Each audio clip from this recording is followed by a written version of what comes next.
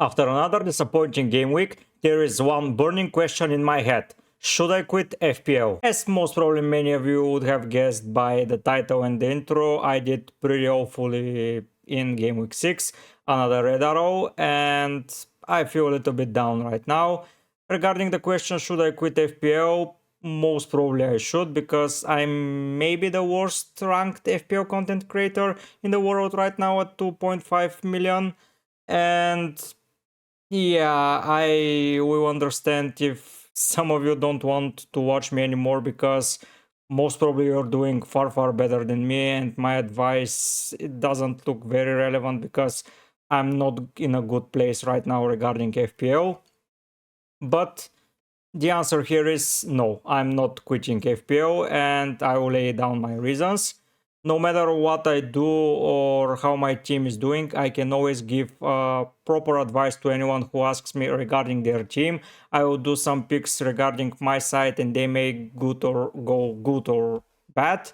But regarding your teams, if you ask me any questions, I will be giving you the best answer possible, laying out the benefits and the cons of every pick that you want to select for your site, make you very happy if you make a proper decision by yourself with my help a little bit.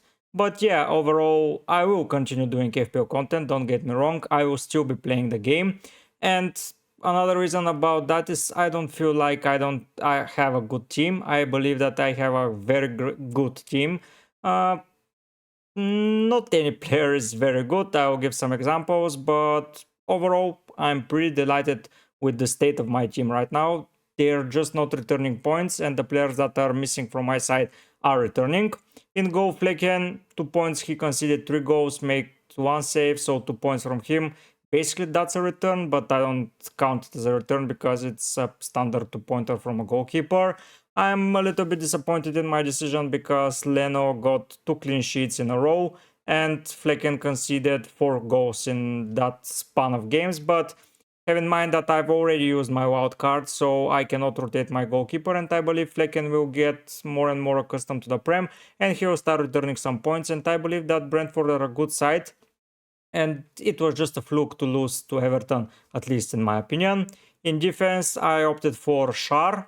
I wanted to have a little bit of a differential defender here, and this game week Trippier got 3 assists. Botman scored his first goal for Newcastle in the Prem, and Burns scored as well. The only defender that didn't do anything apart from a clean sheet is Fabian Schär.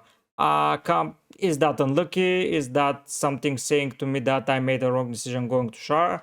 I don't know, but I'm not going away from him. I already opted to put Schär in my side, and I hope that those points just level up in the coming fixtures, because Newcastle are good side defensively, they can score goals, they can score from set pieces. Maybe having Trippier is the best decision, yes, but I don't have the money right now. If I can afford him at some point, I will get him instead of Schär, but for now Schär it's going to be. I'm not switching to Botman because those side switches seems never to work. But yeah, here Schär 6 point, a clean sheet, what I expected from him. I expected that from Botman as well, not such an annihilation against Sheffield United. Yeah, I expected some points from Trippier because he's Trippier, and from set pieces he's going to deliver it, and Schär is going to be on the receiving end. So yeah, I believe Trippier will get a lot of points here, but Schär can get them as well. And in games where maybe Trippier is rotated due to the schedule or something like that, Schär, I don't see him being rotated because they don't have a proper option at center back, while on the right back Livramento is working. I know Trippier is their captain and he's not going anywhere, but I am now believing in Schär, and if I have the money to go to Trippier at some point, I will do the transfer. Estupinian, he is just not sitting on my bench at any point this season because he can score basically against anyone, and Brighton are very good offensively. They're not very good defensively. The goalkeeper made an error that wiped the clean sheet out, but Estupinian got an assist, got a bonus point from that assist, and perfectly fine. And Giles, he is a little bit of a disappointment. No, scratch that. He is a big disappointment in my side. Kabore still plays every minute possible, and he gave an assist in game week 6, while Jaws is on the bench right now. I'm keeping him for game week 7 because they have a double up, but after that he's a goner. I could have gotten maybe Botman on my wild card, but I decided to be a little bit tricky with my picks and select Zhao. So how funny I am, and now I'm suffering. Udogi on the other side got 0 points against Arsenal, so Zhao at least got the upper hand from that, but I could have been way better. As you can see, Chuo is no longer in the side. That's because he is not nailed anymore, and I don't need such an expensive defender that is not nailed. Zhao after game week 7 is a goner for sure, so don't worry, it's the last game week that you're going to see him in my side. It's going to be game week 7. In midfield, I feel pretty delighted with 3 of my players. Salah and Saka, another return after the wildcard pick in the usage of the wildcard. Maddison, 2 returns against Arsenal, pretty good. There were rumors that he was injured. They were overruled by the coach, and he's to be playing against Liverpool, so he's there. 9 points from a game against Arsenal, pretty good. Saka, goal and an assist, overall perfect performance. And Salah, another goal. It was a penalty, but it doesn't matter. 3 bonus points, 5 points from a goal, 2 points for playing. Everything is good with him. Sterling, I made a mistake keeping Sterling. Maybe going for Ward-Prowse or Mitoma was going to be the better choice, or Diaby even. But yeah, I'm still suffering from Sterling, and we'll see if he's going to survive for game week 7. But yeah, 2-pointer, Chelsea can't seem to score a goal. It was a pretty disappointing performance against Aston Villa. And Tembumo, when I got him into my side, he immediately stopped returning points. That's what happens when I pick players that did alright in the past, and I believe that they will keep doing well. But I am still believing in him because he's on penalties. He's a talismanic player up until Tony returns. He's playing 90 minutes, and I believe that 1-pointer here. Yeah, he got a yellow card, but it was a fluke game as a whole, so I'm not worried about Mbumo. Up front, Alvarez got substituted off because Rodri got sent off, so that was disappointing. He didn't even get points for playing 60 minutes, so yeah, 1-pointer for him. But overall, he did alright in the game. And Haaland, another goal, 6-pointer from him. Yeah, maybe Saka or Salah would have been a better captain, but let's be honest, I was never captaining anyone else when Haaland is having a home fixture against Nottingham Forest. So yeah, Haaland, perfectly delighted with his output. On the bench, only Archer got more points than Alvarez, but I'm never playing Archer ahead of Alvarez for real. And there were some other big hitters that just destroyed my rank. The defenders from Newcastle, Trippier and Botman were part of that. Leno in goal, again a clean sheet. In midfield, Foden and Bruno Fernandes and Heung-min Son scored goals. Mitoma scored a lot of goals. So yeah, the 4 players that destroyed my rank were Son, Foden, Fernandes and Mitoma in midfield, and 2 defenders from Trippier and Botman, and Leno in goal, and it was a hell week regarding that. But my players returned, so yeah, that answers basically again the question, should I be leaving? No, I'm not going to leave fantasy. I'm going to fight back. So as I already mentioned, if you want to go away from my channel and want to not see my content because I'm doing poorly right now at the start, feel free to go and watch other content creators. But if you enjoy my content and want to see me get back into the top 100k, where I believe that I will be finishing at the end of the season, feel free to subscribe if you're new to the channel, if you'll be part of the journey. Write down some comment if you have some questions or if you have some supportive words. Like the video to show me your support once again, and let's go and see how the game week 7 lineup is shaping up, because as I mentioned, I'm not going anywhere. Going into the game week 7 lineup, I'm not making any transfers yet. I will monitor the press conferences and I will be making a transfer if it's needed, but for now I don't think that I will be making it. This week there is not going to be a deadline stream because I'm going to be away, but on Sunday there's going to be another video, so feel free to watch it and stay tuned for more updates from me. I will post my final team on my channel and on my public section, so you can see my team and be prepared of any transfers if I make them. In goal, I'm staying with Flecken. He has a game against Nottingham Forest. I know Turner is a home fixture player basically, and Newcastle, not Newcastle, Nottingham are a home fixture team, but I believe that Brentford will need to fight back after a loss against Everton and another loss against Newcastle before that. So I believe that Nottingham Forest will going to get destroyed against Brentford, and I believe that it's finally time for Flecken to keep a clean sheet and to get some points from him. Turner, good option as always, but he's on the bench if something happens with Flecken.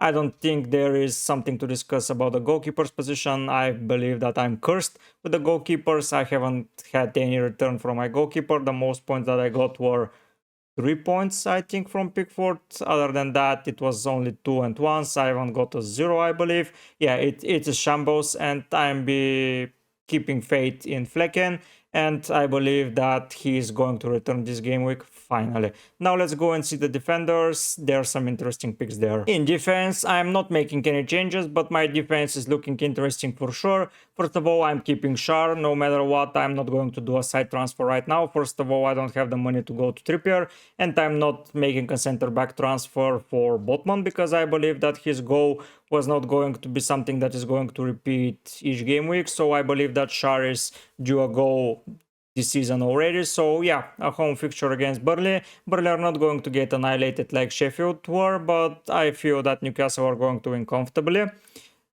Estupinian is keeping his place into the side even though they are playing View away. I believe that Estupinian can return, and with much cash being so offensive, Estupinian can exploit those empty spaces in the back, and he can hurt Aston Villa for sure. Aston Villa, yeah, they kept a clean sheet against Chelsea, but they weren't so solid defensively, and I believe that Brighton can score against anyone, and they're going to score against Villa. So even though if they're going to concede Brighton-wise, I believe that Estupinian is going to be a strong player to own.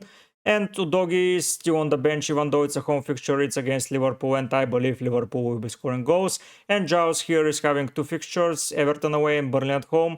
I believe that at least in one of the fixtures he's going to start, or at least I highly hope so, let's be honest. But if he doesn't, he has 2 games to maybe do something.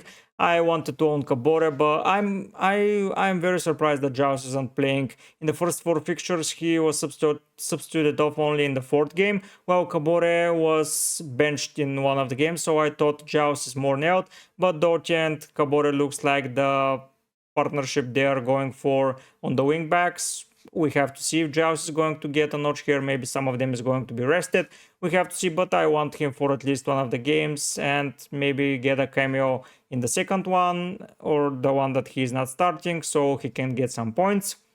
Riley, I cannot do anything with Riley. Yes, he's having 2 fixtures, but he's nowhere near the side, and he's just a placeholder on the bench. I didn't want to go for anyone more relevant apart from maybe someone from Luton, but they didn't have a 3.9 defender, so Riley it was. Udogi, as I already mentioned, staying on the bench against Liverpool. I believe Liverpool will score goals, Spurs will as well, but I believe at least 2 goals are coming Liverpool's way, so I don't want to miss on the points that Giles may get, and Villa and Burnley seems like an easier oppositions compared to Liverpool. Now let's go and see the midfield. There are some tasty fixtures ranking up, and I believe that this midfield can return some points, and hear me out why I'm not making transfer in the upcoming Game Week 7, most probably. The midfield is remaining the same.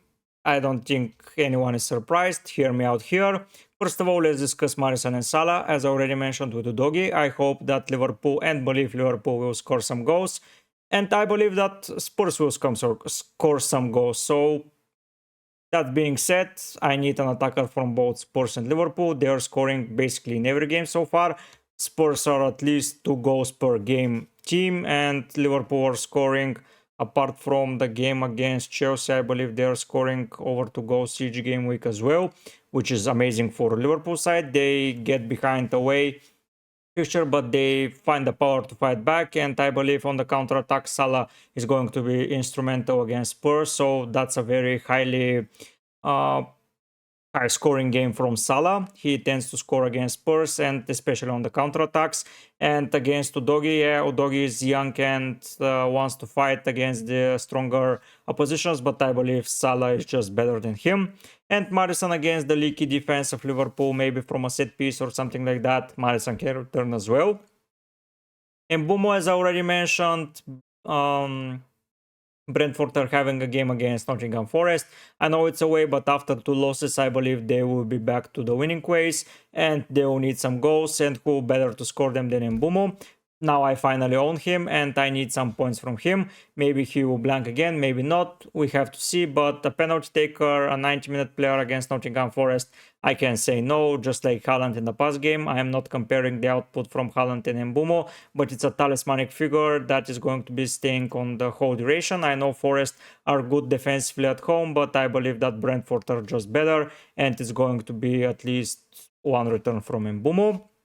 Saka against Bournemouth, I cannot miss the Arsenal fixture against Bournemouth. I believe that Arsenal will have to fight back after a draw against Spurs, and what better way to start than to the game against Bournemouth. After that, the game against City, so that's going to be harder. So they need to go into that City fixture with a win. So yeah, Saka is staying in the side. And the final pick that is the most likely to leave the team as soon as possible is Sterling. I know he is not doing good. He scored 3 goals again. He scored good points against Luton in Gameweek 3, but other than that, it's only blanks. But I believe that now Jackson is suspended. How funny is that Jackson is suspended in Gameweek 7 being a striker? But Sterling will have better opportunities because Jackson is just not going to miss them, and if he provides the ball to Broyo or he's even the striker, he can get a lot of opportunities. I know that Leno is a good shot stopper, but I believe that Chelsea will need to score a goal, and I believe that Sterling is going to be a guy to do so. Maddison was an injury scare, as I already mentioned, but he was cleared by the manager. The other players, I don't have any information yet for someone to be injured. There are games in the Carabao Cup, so maybe some injuries will appear, but I wanted to showcase my thoughts about me leaving the game and about the initial team selection that I planned to do for Game Week 7 as early as possible. As I already mentioned, if I have some changes in mind or if I do something, I will just post it on my channel and just showcase my team and how I'm going to be lining. But for now, the team remains the same. Now let's go discuss the strikers and with my future plans for transfers and the captain option. As always, up front, there is no surprise. Before discussing the front line and the captain, if you enjoy my content and want to support me and see the journey how I fight back and enter the better ranks, subscribe to the channel, give a like to the video, comment down if you have any questions. I'm answering everyone about everything that he has to ask, so yeah, feel free to ask anything.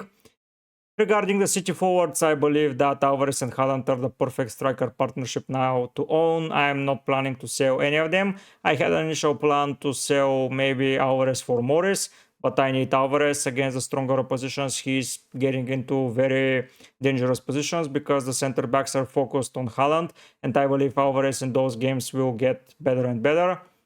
For example, against Newcastle, he was the best player on the field next to Foden maybe, but Haaland was strictly followed by Schär and Botman, so he didn't have a lot of chances. In Game Week 8 there is a game against Arsenal, then there is another hard fixture, and a little bit of hard fixtures are getting into Manchester City way, and that's why I believe that Alvarez is going to remain to the side. Maybe Watkins is a good option here or another striker, but for now I'm keeping Alvarez. Haaland is going to be my captain choice for sure because I enjoyed Haaland and I want to keep play Haaland and be my captain. Even though that Saka is away to Bournemouth or Mbumo is away to Nottingham Forest, I believe that Haaland against Wolves has the highest ceiling to score some points, and that's why I'm opting for him as a captain. Archer is on my bench against West Ham United. He's a good option if someone is not playing, but he's staying on the bench for now.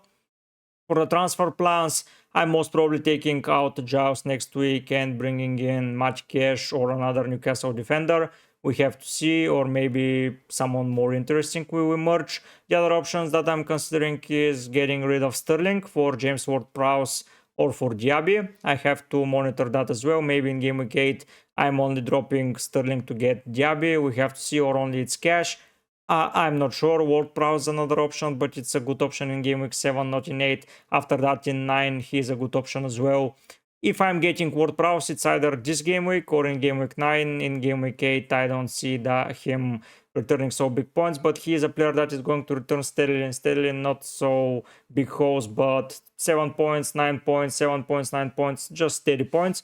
I have to see, but I'm most probably keeping Sterling because Jackson is suspended and there isn't going to be such a waste for striker for Chelsea in the upcoming fixture. Other than that, I don't see me selling any other of the guys. Maybe Giles and Sterling are the top priorities to be sold. After that, maybe integrate Trippier if I have the money. Maybe replace Riley with a better option and not replace Giles. Maybe put Giles on the bench. We have to see, maybe change the formation from 3-5 to 3-4-3.